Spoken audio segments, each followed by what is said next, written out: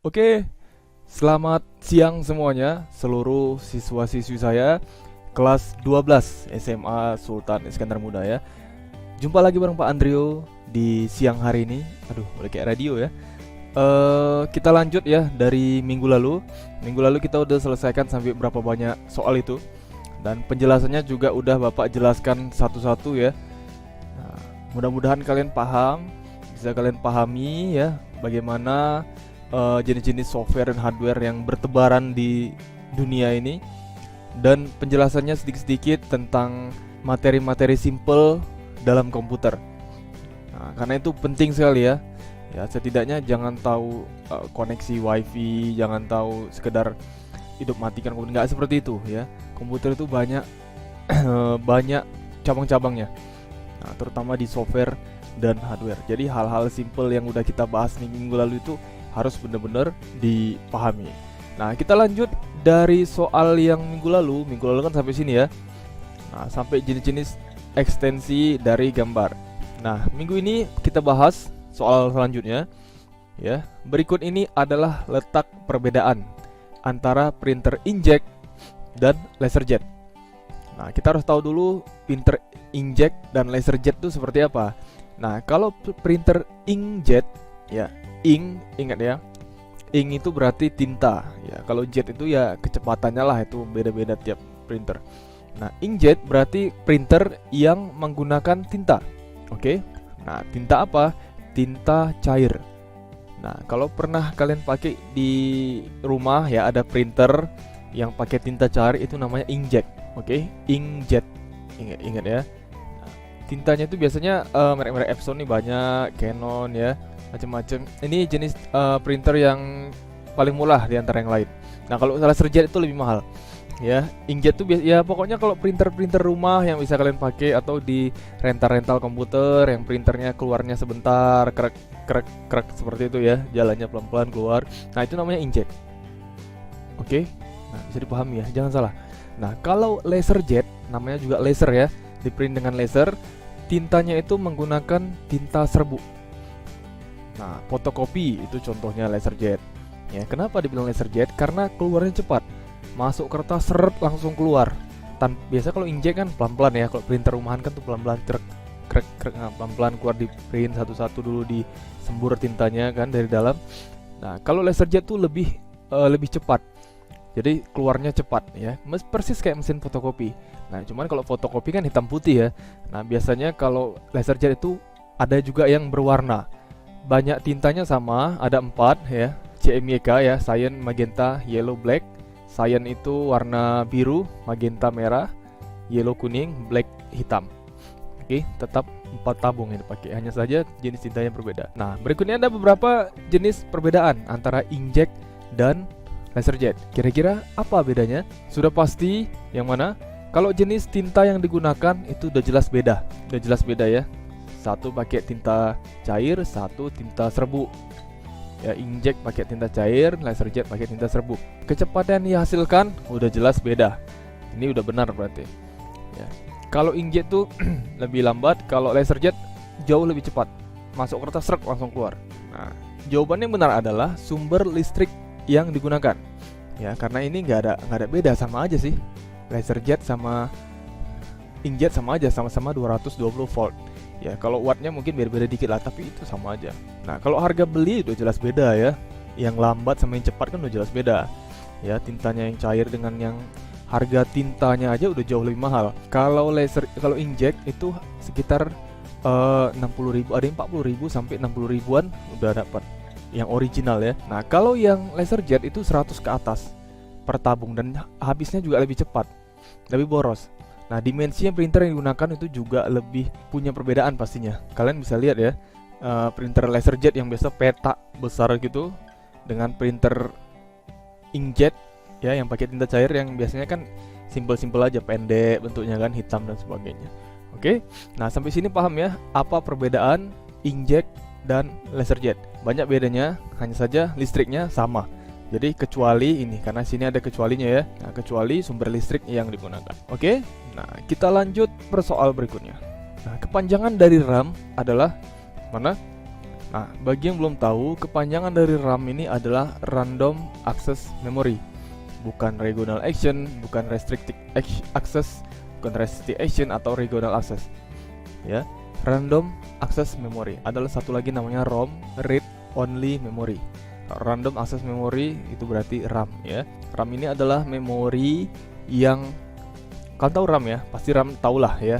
Ketika beli handphone tahu RAM-nya berapa bang? Nanti 8 GB katanya, 16 GB. Oh cepat nih, oh belum tentu. Tergantung prosesornya. Kalau RAM-nya 16 GB, prosesornya yang misalnya Snapdragon 410 misalnya, sedangkan sekarang udah sampai 855 ya, itu pasti tetap lambat walaupun RAM-nya besar.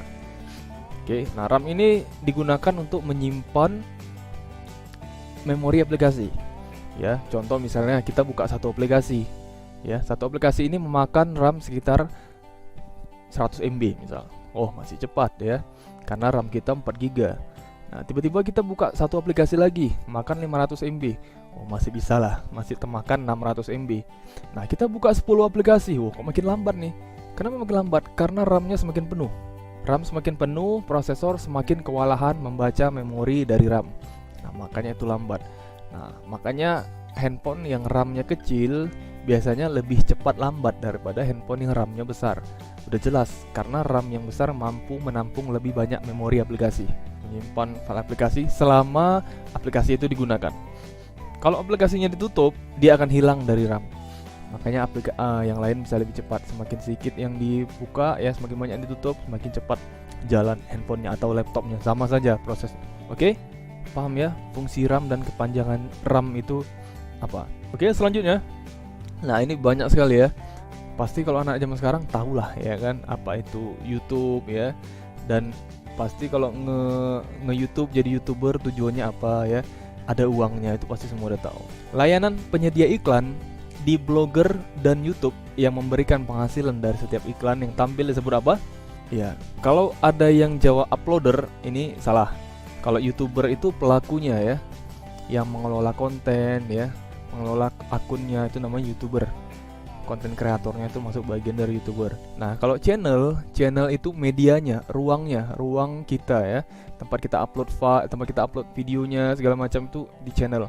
Ya, oke. Sebelumnya saya ingatkan kembali ya, bagi yang belum subscribe channel ini, jangan lupa klik subscribe di channel ini ya, di tombol bawah yang merah itu, karena benar-benar gratis ya. Kalian nggak perlu bayar untuk ini ya, cukup bayar uang sekolah aja. Ya. Dan jangan lupa subscribe biar bantu-bantu Bapak supaya channelnya bisa lebih berkembang lagi, supaya Bapak bisa lebih banyak berbagi informasi seputar dunia teknologi terutama ya, dan pembelajaran daring seperti ini. Oke. Nah, selanjutnya monetisasi. Nah, ini jawaban yang benar, monetisasi ya. Jadi kalau kalian dengar kata monetisasi, itu berarti proses-proses pembayaran dari setiap iklan yang tampil. Pak, bagaimana caranya kita bisa dapat uang dari YouTube yang kita tonton atau yang kita buat? Nah, begini saya jelaskan sedikit. Nah, orang ya, misalnya kayak mungkin kalian pernah lihat iklan macam-macam ya, iklan Grab misalkan sering nampil tuh kan. Nah, Grab bayar ke YouTube, bayar ke Google, sorry ya. Grab bayar ke Google. Dia bilang, "Girl, aku mau tampilkan iklan aku lah di YouTube kalian." Oke, si Google nanya, "Kau mau berapa kali tampil?" "Aku mau 1000 kali tampil." "Berapa harga per tampil sama klien?" Kata si Grab. Nah, si Google bilang, 1 kali tampil ya itu harganya 1000 perak. Mau nggak kau? "Oke, mau." Nah, 1000 perak itu ya, dari 1000 perak yang ku dapat, kata si Google, 300 perak sama yang nonton video, 700 perak sama aku. Oke, cocok, kata si Grab ya. Jadi setiap kita nonton video kan ada tampil gitu ya, tampil iklan duluan ya. Biasanya kalau iklannya video ya, dia nampil iklannya awalnya satu dan di tengah-tengah biasa satu lagi. Tapi kalau video yang kita tonton musik, biasanya awalnya langsung 2 iklannya. Kenapa? Karena nggak mungkin musik di tengah-tengah dipotong iklan. Ya kan bahaya kan, ngamuk orang kan gitu. Kan nggak seru ya. Nah, jadi apakah sudah pasti 300 Pak? Belum tentu. Ya belum tentu, kadang-kadang beda negara, beda mata uang itu beda-beda. Ya bisa 0,0001 dolar misal per tonton iklan. Makanya kalau kalian ada YouTube ya, kalian aktifkan monetisasinya, iklannya ada ya. Setiap orang yang nonton video kita, dia tonton iklannya, itu kita dapat penghasilan. Nah, dari situlah iklannya. itu luar biasa ya. Kita paling dapatnya satu iklan tuh sedikit, ya paling 100-200 perak gitu ya. Nah tapi kalau yang nonton 1000 orang itu 200.000, nah kan luar biasa. Sekali tampil loh 200 orang itu nggak banyak ya, sedikit ya 200 orang. Karena kalau satu sekolah aja itu nonton videonya official YPSIM itu udah hampir 1000 orang sekali nonton. Nah jadi jangan lupa ya, ini YouTuber bagus sekali, kalian bisa kembangkan bakat kalian di YouTube ini. Terserah ya mau video apa, kadang-kadang dibuat video yang bagus belum tentu banyak penontonnya, video asal-asalan lebih banyak penontonnya kan. Nah kadang seperti itu. Nah yang penting menghibur ya, video ini buat menghibur dan mudah-mudahan channelnya cepat berkembang. Nah kita lanjut, contoh hard copy. Nah ini udah Bapak jelaskan minggu lalu ya, hard copy itu apa ya. Kalau yang copy itu, yang soft copy itu berarti file ya, file yang hanya bisa dilihat di layar monitor. Kalau hard copy adalah apa ya, hard copy adalah file yang ada fisiknya atau bisa dicetak ya, seperti itu. Kalau keyboard itu alat input ya, DVD juga alat input, mouse alat input, scanner alat input. Nah jawaban yang benar adalah printer ya. Ini contoh hard copy device atau alat hard copy. Kalau hard copy-nya itu ya hasil printnya, kalau device hard copy ya alat untuk ngeprintnya ya, printer namanya kan begitu. Oke, paham ya? Oke, kalau udah paham kita lanjut. Nah, jika jam dan tanggal terreset secara otomatis setiap kali komputer dihidupkan. Nah, kadang-kadang punya kasus begini ya. Jamnya udah kita setel nih, misalnya jam sekarang ya, jam 2 siang misal. Nah, kita matikan, kita hidupkan lagi loh, balik ke jam 12.00. Kita setel lagi, mati lagi loh, pas hidup balik ke jam 12.00. Nah, itu apanya? Bukan jamnya rusak ya, nggak ada istilah rusak jam di dalam komputer nih kan, semuanya serba digital. Nah, masalahnya ada di mana? Masalahnya ada di baterai BIOS yang habis. Nah, baterai BIOS itu bentuknya bulat ya, warna silver, stainless, seperti stainless gitu. Nah, itu fungsinya menyimpan segala setting komputer. Ya, termasuklah jam dan tanggal di situ. Kenapa jam itu bisa tetap jalan walaupun komputernya mati? Padahal kan nggak ada arusnya. Nah, arusnya tetap ada. Sumbernya dari mana? Dari baterai BIOS. Ya, baterai BIOS. Nah, jadi makanya dia bisa lanjut terus walaupun komputernya hidup mati. Nah, jadi pada saat dia mati, ketika baterai BIOSnya nggak mampu menyimpan data jam, maka dia akan menyimpan secara otomatis mengembalikan ke awal jam 12.00. Ya, seperti awal hari. Kita kalau hari kan awalnya kan 00 itu jam 12 ya. Mulai dari jam 12 dini hari itu berulang lagi sampai jam 12. Nah, seperti itu. Makanya dia kembalikan ke jam 12 atau reset otomatis. Ya, bukan berarti komputernya selalu dalam mode standby. Justru kalau dalam mode standby dia nggak akan mengulang, nggak akan mereset. Ya, bukan berarti pemasangan prosesor kurang tepat. Kalau pemasangan prosesor kurang tepat, ya udah jelas lah nggak hidup komputernya kan gitu kan. Nah, bukan berarti arus listrik komputer nggak stabil. Kalau arus listrik komputer nggak stabil, biasanya nggak terlalu masalah kalau pakai laptop karena dia ada baterai. Ya, yang memfilter arus itu ke baterai dulu. Makanya jangan sampai kalian lepas baterai itu. Ya, dengan alasan kalau pakai baterai nanti bisa boros dan sebagainya. Baterai itu penting sekali. Ya, dia memfilter naik turunnya arus ke laptop. Jadi kalau misalnya arus kalian tiba-tiba turun, drop, ya dia langsung menyerang motherboard kalau tanpa baterai. Nah, kalau misalnya kalian colok, ya ada baterainya, maka dia ke baterai dulu. Nah, naik turun arusnya itu dia ke baterai. Nah, dari baterai arus yang normal yang dihasilkan baterai baru langsung ke motherboard laptop. Nah, jadi jangan sampai dilepas baterainya. Nah, kemudian kapasitas RAM tidak mencukupi, belum tentu ya. Bukan berarti RAM tidak mencukupi, karena kalau RAM tidak mencukupi dia hanya sekedar lambat saja. Lambat ya. Tapi kalau baterai biasa habis, terresetlah semua jam dan tanggalnya. Oke, paham ya? Ada pertanyaan? Kalau ada pertanyaan silahkan langsung komen di bawah. Nah, kita langsung masuk ke SI test. Oke, yang pertama 5 contoh bahasa pemrograman yang kamu ketahui. Ada banyak sekali ya, banyak sekali bahasa pemrograman. Jangan sampai cuma diminta 5 contoh nggak tahu.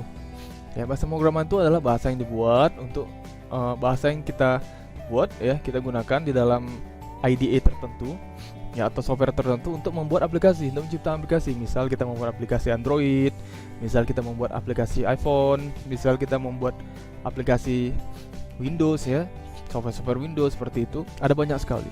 Ya, misalnya ada Visual Basic, ya kan? Ada bahasa Java untuk mobile biasanya, bahasa Delphi, macam sekali. Ya, kalian bisa cari sendiri, ada pokoknya ada banyak sekali itu bahasa-bahasa.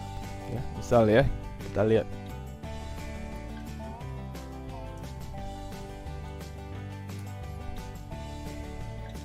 pemrograman ya, ada banyak sekali. Nah, ini adalah 10 bahasa pemrograman paling populer di Indonesia, artinya programmer banyak pakai bahasa ini ya. Yang pertama bahasa Java, sudah jelas. Bahasa C, PHP ya. Hypertext Preprocessor ya, bukan pemberi harapan palsu ya, mohon maaf. Nah, ada Visual Basic yang biasa Bapak pakai, ada Python, ada C++, ada JavaScript, bahasa C, Objective-C, ActionScript, dan banyak sekali ya. Nggak perlu dipelajari semua, cukup kuasai satu bahasa pemrograman saja. Apalagi kalau kalian S1-nya nanti, sarjana nanti pengen ngambil sarjana komputer seperti saya. Nah, itu harus menguasai satu bahasa pemrograman setidaknya ya, setidaknya 2 lah ya, untuk jaga-jaga gitu. Oke, nah itu saja ya, banyak sekali bahasa pemrograman. Mungkin jawabannya berbeda-beda, Bapak lihat jawabannya berbeda-beda ya. Ada juga yang sama persis ya, udah tahu lah saya kan. Nah, oke. Nah, soal selanjutnya adalah apakah perbedaan printer dot matrix, inkjet dan laserjet? Nah, seperti ini. Pernah lihat printer dot matrix? Nah, kalau nggak pernah, mungkin kalian pernah lihat printer kasir. Ya, printer kasir. Nah, kalau printer di rumah bunyinya gimana? Paling ya kayak biasa lah, hampir nggak bunyi ya. Tapi kalau printer dot matrix, dot itu artinya titik ya, makanya .com ya, .com. Nah, dia menghasilkan titik-titik.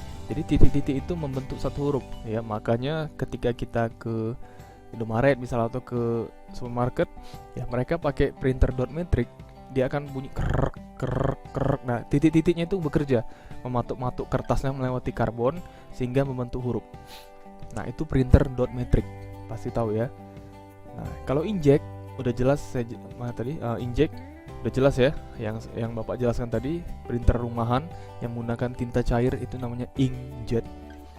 Kalau laserjet udah jelas ya, printer yang kecepatannya tinggi, masuk kertas langsung keluar, masuk kertas langsung keluar, biasanya pas keluar panas tuh saking cepatnya ya, tintanya tinta serbuk. Nah, itu laserjet, jangan sampai salah jawabnya ya. Nah, tapi Bapak lihat jawabannya banyak benar sih. Walaupun printer dot matrix ini banyak yang nggak tahu, saya lihat banyak yang salah juga jawabannya. Tapi ini inkjet dan laserjet udah cukup mantap lah, terutama inkjet ya, udah cukup banyak yang tahu. Oke, nah jangan salah, jangan lagi katrok ya, jangan lagi aduh gaptek gitu kan, dot matrix apa nggak tahu. Ketika ke Indomaret, Kak itu printernya printer apa, kok beda dengan printer aku gitu kan di rumah. Nah, ini dot matrix deh katanya. Aduh, jangan sampai kamu siswa mana ya. Aduh ya, jangan sampai seperti itu ya. Nah, dot matrix, inkjet, laserjet tahulah, harus tidak ya, tahulah. Itu yang paling banyak dipakai. Ada banyak lagi jenis printer yang lain, ada EcoSolver dan sebagainya, itu belum, nggak harus kalian pelajari. Tapi yang 3 ini harus, karena ini sering kita lihat. Ya, kalau ke supermarket nggak ada lah orang supermarket pakai printer rumahan itu ya, yang pakai tinta cair yang keluarnya pelan-pelan seperti itu, nggak ada lah. Ya. Atau mereka pakai laserjet yang seperti sebesar mesin fotokopi, aduh mau taruh di mana kan begitu kan. Nah, mereka pakai dot matrix. Ya. Oke. Kalau ada pertanyaan lain seputar 3 printer ini, misal ada masalah di printer kalian, bisa langsung komen. Nanti saya buatkan videonya untuk menjawab. Oke, selanjutnya ada tuliskan masing-masing 5 contoh alat input dan output. Nah, input output ya, kita harus tahu dulu input itu adalah alat masukan, alat untuk mengontrol komputer ya, mengontrol aplikasi di dalam komputer. Nah, alat apa saja yang digunakan untuk mengontrol aplikasi? Mouse untuk mengontrol kan, tahu mengontrol maksudnya ya, menggerakkan ya, jangan salah sebut ya. Mengontrol ya, menggerakkan mouse seperti itu. Mengetik juga mengontrol ya, tekan ini apa yang dihasilkan, tekan ini seperti itu. Scanner juga untuk mengontrol ya, mengirim data. Bagaimana data itu bisa kita input ke dalam komputer? File itu lembar kertas yang sudah terprint atau lembaran buku, bagaimana kita menginputnya ke dalam komputer? Pakai scanner, di scan kertasnya, tampillah foto hasil fotografinya ke dalam komputer kan, seperti itu. Itu alat input namanya. Oke, paham ya? Alat digunakan untuk mengontrol atau memasukkan data ke dalam komputer. Alat yang tercetak, file yang tercetak mau kita digitalisasikan, mau kita digitalkan ya ke dalam komputer. Nah, itu namanya alat input. Nah, kalau output seperti apa, Pak? Output itu alat keluaran, alat yang menghasilkan sesuatu, yang mengeluarkan sesuatu. Contohnya apa, Pak? Contohnya printer ya, digunakan untuk mengeluarkan menyetak kertas. Ya, file yang ada di dalam yang kita input tadi mau kita cetak, kita gunakan printer, itu alat output. Ya, monitor juga alat output, menampilkan, fungsinya menampilkan. Ya, menampilkan, kecuali printer touchscreen. Touchscreen-nya itu input karena digunakan untuk mengontrol, paham ya? Nah, kalau hanya menampilkan saja printer monitor yang biasa kayak TV yang biasa, kemudian laptop yang biasa, hanya menampilkan saja, nggak bisa diapa-apain, nggak bisa diinput segala macam, itu namanya alat output. Ya, kalau speaker alat apa? Alat output karena menghasilkan suara. Ya, nggak bisa kita tekan-tekan printer itu muncul menu-menunya, itu nggak ada, ya kan? Nah, kecuali dia ada tombol-tombolnya. Tombol-tombol itu namanya alat input. Oke, paham ya? Proyektor alat apa? Alat output, ya kan? Karena dia hanya menampilkan saja. Pokoknya yang menampilkan saja itu namanya alat output. Oke, jelas ya? Jangan sampai saya lihat ya, ada mahasiswa yang tes di PTN, pada saat masuk ke tes uji komputernya, soal komputer, nggak tahu lah input atau output. Aduh, mati saya. Ya, nanti tanya, kamu lulusan SMA mana, siapa dulu guru komputernya dulu. Aduh, ampun saya. Jangan sampai nggak tahu lagi alat input dan output, ini bahaya sekali. Ini paling dasar-dasarnya sekali. Oke? Nah, kalau masih ada yang nggak tahu, mungkin ada yang mau ditanyakan, Pak ini input nggak, Pak ini output nggak, silahkan komen. Nah, kita lanjut ke berikutnya. Fungsi RAM, ROM, VGA card, dan LAN card. Ini yang pertama ya, RAM tadi udah saya jelaskan banyak ya, untuk menyimpan aplikasi sementara. Ya, semakin banyak aplikasi yang dibuka, maka aplikasinya itu disimpan di RAM. Contoh misalnya kita buka file Word. Udah file Microsoft Word, kita ketik, kan tampil ya apa ketikan kita. Nah, ketikan kita itu tersimpan di mana? Padahal kan belum kita save, bener nggak? Nggak mungkin aplikasi yang nggak tersimpan dia tampil, nggak mungkin. Nah, file sementara yang kita ketik itu yang belum kita save itu tersimpan di RAM. Oke, paham ya? Tersimpan di RAM. Kemudian segala macam, kalau misalnya kalian belajar programming ya, buka aplikasi, variabel-variabelnya semua tersimpan di RAM. Oke, nah VGA card itu apa? VGA card itu untuk menyimpan memori grafis. Ya, grafis itu kan butuh memori untuk menampilkan FPS tinggi ya. Nah, jadi kalian butuh VGA card yang mengelola tampilan grafisnya. Nah, makanya kalau beli VGA card, lihat memorinya berapa giga. Ya, 2 giga, 4 giga ya, macam-macam itu. Lebih tinggi lebih baik. Nah, kalau LAN card apa Pak? LAN itu pasti tahu lah kalian ya. Local Area Network. Nah, yang namanya network pasti untuk gunanya ya menghubungkan antar komputer. Nah, LAN card ini digunakan untuk menghubungkan antar komputer dengan kabel ya. Nah, jadi LAN card ini fungsinya menerima jaringan dari luar agar terhubung ke komputer lain dengan kabel, dengan wifi dan sebagainya. Oke, terserah ya. Selengkapnya bisa baca-baca lebih banyak dari Google. Oke. Nah, soal yang terakhir, jika Anda memiliki ilmu yang cukup untuk membuat robot apa yang akan Anda ciptakan? Ini saya lihat jawabannya banyak sekali, beragam sekali. Ada yang bilang robot untuk menyiram bunga, ya kan? Ada yang saya lihat robot untuk curhat. Aduh, nggak tahu lagi, saya bingung dengan jawaban-jawaban kalian ya. Ada lagi apa tuh, robot penghangat kaki atau apa ya? Bahkan nggak terpikir saya ya. Ya, tapi itu terserah ya, itu namanya imajinasi. Karena fisik itu kan, robot itu kan muncul dari imajinasi ya. Robot-robot yang muncul sekarang itu terinspirasi dari film-film biasanya. Apa yang kita tonton, oh boleh juga ya, ini pasti berguna untuk manusia. Nah, itu diciptakan. Oke. Nah, ini nggak mau saya komentari karena semua jawabannya benar ya. Namanya juga saya tanya yang Anda inginkan kan gitu, pasti nggak bisa saya salahkan apa yang Anda inginkan. Anda inginkan banyak hal yang nggak masalah. Oke. Nah, itu saja pembahasan kita. Ini udah finish ya, udah nggak ada lagi yang mau dibahas. Nah, mudah-mudahan ilmunya yang saya sampaikan dari awal sekali yang banyak ini sampai akhir bisa kalian terima. Dan kalau masih ada yang nggak ngerti, bisa ditonton satu-satu videonya, tonton pelan-pelan ya. Jangan sampai ada yang dilewatkan karena ini semuanya penting untuk kalian melanjut di tahap pendidikan berikutnya. Ya, karena bukan berarti kalian jago olahraga nggak perlu teknologi, no. Bukan berarti kalian jago fisika, kimia, biologi nggak perlu teknologi, no. Semua ya, apapun penguasaan kalian, teknologi itu bercampur di segala hal. Ya, mau itu kedokteran ya, mau itu geologis, apalagi kalian bekerja di bidang IT ya. Bidang IT ini yang paling banyak dibutuhkan di dunia. Semua komputer pasti butuh semua kantor pasti butuh orang komputer. belum tentu butuh orang biologi, belum tentu butuh orang fisika, olahraga, seni dan sebagainya. Semua bidang pasti butuh orang IT. Nah, itu yang harus kalian ingat. Oke, makanya kampus yang khusus komputer banyak sekali. Khusus matematika sedikit, khusus biologi sedikit. Biasanya lebih ke universitas negeri kalau yang seperti itu ya. Nah, ada banyak sekali. Oke. Nah, sampai di sini dulu pertemuan kita. Kita lanjut minggu depan dengan materi yang baru. Tentu saja lanjutan pengeditan video yang lebih wah ya, nanti saya ajari. Oke. Nah, kalau masih ada pertanyaan, mungkin bisa langsung ditulis di kolom komentar biar saya bisa tanggapi langsung. Kalau mungkin kurang jelas melalui teks, bisa saya tanggapi melalui video. Oke. Sampai di sini dulu pertemuan kita. Tetap semangat, tetap sehat. Jaga kesehatan, jangan sampai mengeluarkan virus COVID-19. Mudah-mudahan kita akan bertemu di awal Januari 2021 ya. Oke, sampai jumpa. Tetap semangat.